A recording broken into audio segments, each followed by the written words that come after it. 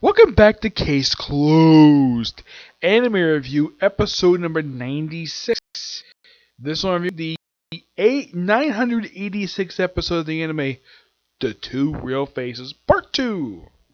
Yep, it's me. I got at least got hand this episode. Very good writing. Oh my gosh, wow. The writing in this episode is so interesting.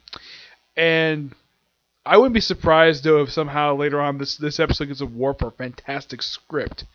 Okay.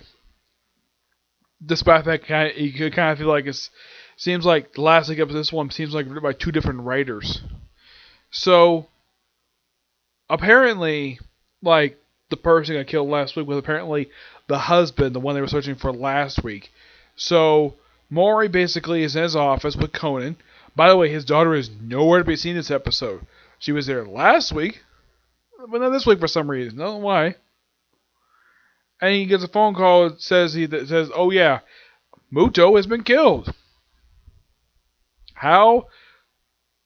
Well, apparently he was hit with a stun gun, and then his corpse was burned alive. Yep, that's what happened to him. Okay. Oh yeah, and they also showed the fact that someone was laughing. I kind of suspected maybe because, well, the husband died, maybe the wife did it. Nope, she didn't have anything to do with it. Nope. So Conan basically is very key. Oh yeah, unlike in last week's episode where Conan's basically following Mori because, well, Ran asked him to, this time I think he has a very good reason why. Well, he knew the guy. Briefly, he helped Mori investigate the guy's missing person case, so he has every right to be here, so see the body. And of course, they kind of suspect this is him because of the toothbrush they were given. Yeah, it's not actually him. Nope, it's revealed to be somebody else. And they go, okay, let's go question the employees since, well, the cops don't do much of anything. So, like, someone got missing, just present, like, okay, besides him. It turns out there's actually an employee who went missing. Who this guy is, it's like, oh, there's some random guy who just happens to work for Muto, and he disappeared. So they go to his apartment. It's a very tiny apartment. Yeah, the way it looks though, it seems like the hallway for this place kind of reminds me of, well, from what I can tell, kind of reminds me of janitorial closet. Well, that's probably how some apartments are in Japan. Very tiny, to say the least. Apartments here actually, because my brother once lived in an apartment. This was about 6 years ago. He actually lived in an actual apartment that actually had multiple bedrooms in it. Not just this one or two room type of thing that they show here, where it's like very tiny and small. Yeah, apartments here in the US actually know to be a lot bigger than they're depicted here. So they look on the guy's apartment and they don't find much of anything except the fact that his toothbrush is missing. Yeah, that's a key note right there. So eventually, because they can't find anything, they need to go back, and of course, Udo's wife is there. And she apparently is mourning over the death of her husband. And I should note though, she's actually wearing sunglasses. And the reason why, because there's a script under her eye. How did I get there? Well, I'll reveal that later. Conan notices that on one side of this place has got 3 utility lines. Utility poles. The other side's got 2. Wonder why. So he goes where supposedly the third one was supposed to be, and then he just looks around like, some grass underneath here. This door is this must be a passage here. And then he just presses thing on the wall, and there's a lever. Pulls it. Ooh, a secret door. Interesting. Also, before this, they're investigating the president's office, and they find a burned document there. Yeah, they suspect this might be an insurance certificate. And they're right, it is one. What the insurance is for, they'll explain that later. Because that's a good plot point to set up for later. So they're like, look at all these fancy cars. Yeah, it turns out all these things were stolen. Oh yes, they were freaking stolen. And then, of course, he contacts Sagagi as Mori. Mori, of course, is wondering where the heck Conan went. And of course, well, Maguire, Tagagi, and Mori are basically trapping Muto's wife in the warehouse.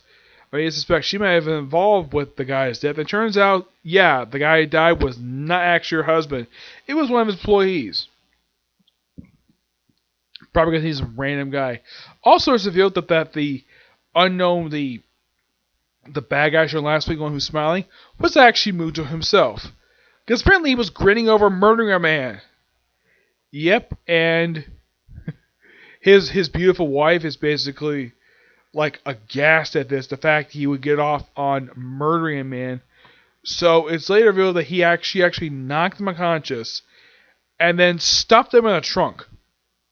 Yep, somehow this will manage to drag this man all the way across where the body was found to this secret place.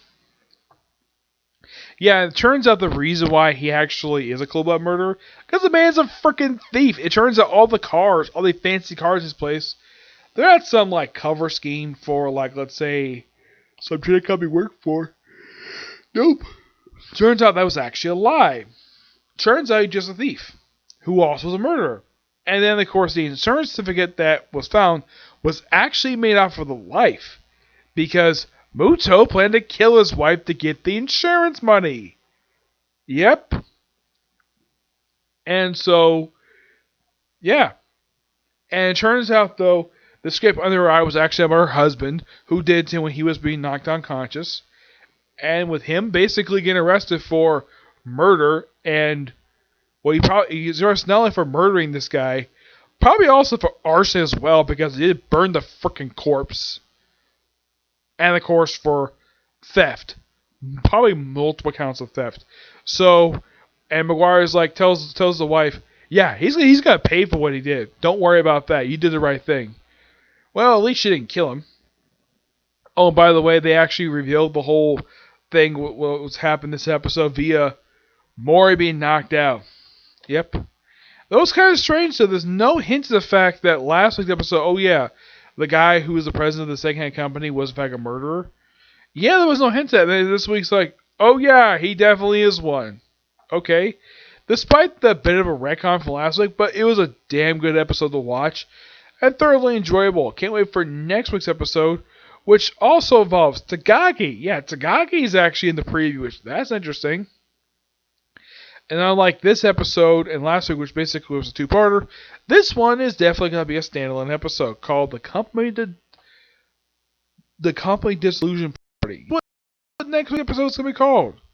The Company Disillusion Party, which is going to be interesting to say the least. Oh, if you're curious though, is a new chapter released in manga? No. No, there isn't. I've checked. There really isn't one. There probably won't release tomorrow. If there is, I probably do a review of it. If not, I'm not going to worry about it. Okay, so that's it for that's probably going to be it for videos today. So tomorrow, I'm going to do more videos for Meow Time. Probably about 2, maybe about 3 videos for that one. Along with One Piece, My Hero, because there should be a new chapter released tomorrow, and Boruto. And also tomorrow I'll probably resume with watching Naruto Shippuden. Okay? See you next video. Tomorrow. Bye.